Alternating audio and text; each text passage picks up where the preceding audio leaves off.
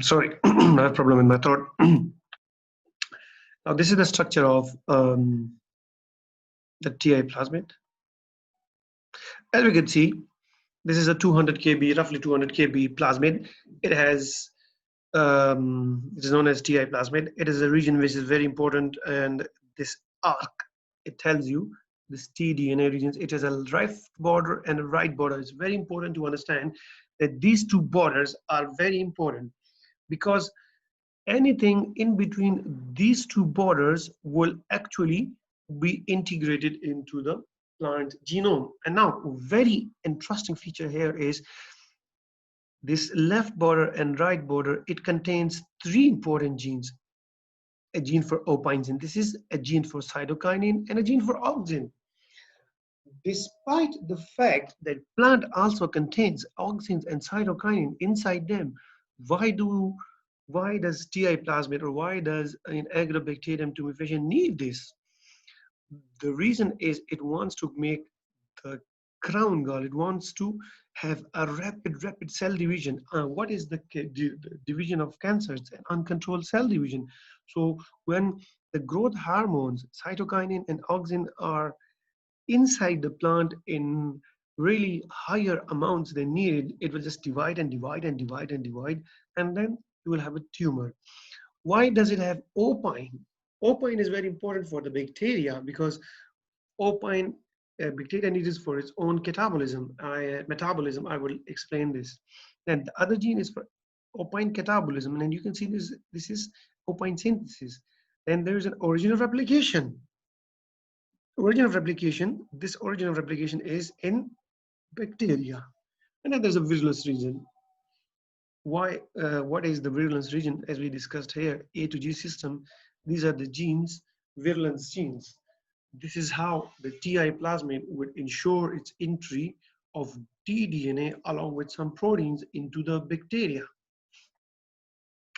This virulence system has a lot of genes: A, B, C, A, B, G, D.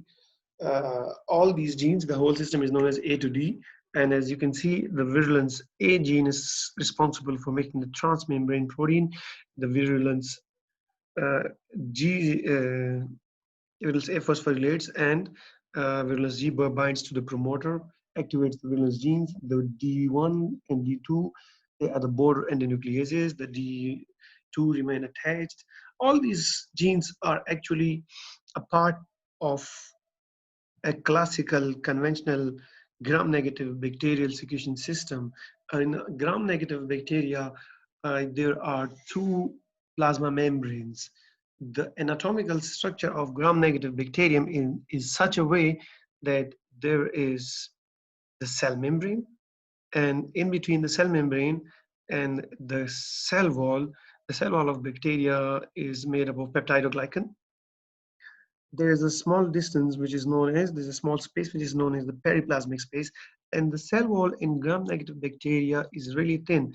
But what happens after the periplasmic space? There's a thin 5 to 10 nanometer thickness peptidoglycan cell wall, and after that cell wall there is another membrane which is known as outer membrane. So if you want, the gram-negative bacteria wants something to get out of its cytoplasm into either the surroundings or inside the host cell, it needs a system, it needs a tubing system. And that system, in this case, for the transport of these genes as well as the tDNA, is known as bacterial secretion system type 4. And in bacterial secretion system type 4, what happens that there is a polymerization of all these proteins from these Vir genes, and this polymerize inside the cytoplasm near the plasma membrane, but the inner membrane. And then they polymerize and they make a channel. The channel go through the inner plasma membrane, through the periplasmic space, through the cell wall, even through the cell membrane that is on the outer side, which we call it outer membrane. Not only this, this polymerization continues until it ruptures the plant cell membrane and the plant cell wall, and then the tubing system goes right away from the cytoplasm of the bacterium cell and reaches the cytoplasm of the plant cell, so that they can transfer all these accessory proteins along with the tDNA. This is the structure. You could see this is the cytoplasm, but this is the cytoplasm of bacteria. And it starts polymerizing, and this is the periplasmic space. And this is the murine layer, the peptide or glycan layer, or the thin cell wall of gram-negative bacterium. And as I discussed earlier, this is the inner cell membrane, this is the outer cell membrane. This is the anatomical general structure of gram-negative bacterium. And the tubing system, using these Vir genes or Vir proteins, it starts from the cytoplasm of bacterium, and the polymerization starts, the assembly starts. It goes through the periplasmic space, the cell wall, the outer membrane, the external medium, and eventually it reaches the host cell, and it injures or punctures the host cell, and this part is now inside the host cell membrane. So anything inside the cytoplasm of bacterial cell will be pushed through this tubing system all the way inside the host cell. This is what this virulence region genes have. The origin replication, because the plasmid wants to replicate, and the opine catabolism, for wait a few minutes for that. Now this is how it is. The plant senses phenolics, as I discussed earlier to you, that in case of injury, the plant would release phenolic compounds, or in short, phenolics. These phenolics will be sensed by the Vir A protein of Agrobacterium tumefaciens. And then there's a chain of events which you really do not need. This is way above your level, but it includes the Vir G protein, then it is phosphorylated, eventually it reaches to the Ti plasmid, and it results in the excision of the tDNA, and also this polymerization happens. When this polymerization happens, you can see the tubing system is not seen here, is not shown here, but then there is a tubing system which connects the cytoplasm of bacterium to the cytoplasm of the plant cell. And eventually this tDNA, along with some accessory proteins, it gets inside the host cell, which is a plant, and the tDNA integrates into the plant DNA, and it directs this plant cell to multiply rapidly and synthesize opines. Now, why is opine needed? Now, because of the extensive synthesis of hormones, phytohormones, auxins and cytokinin, and we can see there are a couple, these genes are in the Ti plasmid, auxin and cytokinin. These are phytohormones. Phyto means plant, hormones means hormones. Growth regulators, also they are known as phytogrowth regulators or phytohormones. With multiplication, uncontrolled multiplication, that will eventually give rise to the crown gall or the tumor. And the opine gene, again, let's have a look. The opine gene will also direct the synthesis of opines, and these opines will be released, and the bacterium will take it back.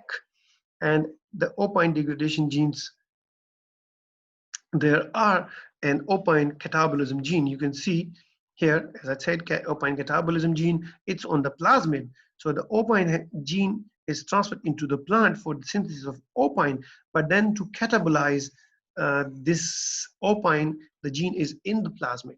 So this opine will be synthesized, and the bacteria will take it, and they will, this catabolism genes, which are basically expressing and producing enzymes, it will digest it, it will break down the opines, and the bacterium can take energy from it. And this is actually the carbon source, the energy sources for bacteria. This is how they thrive. This is how it happens in nature.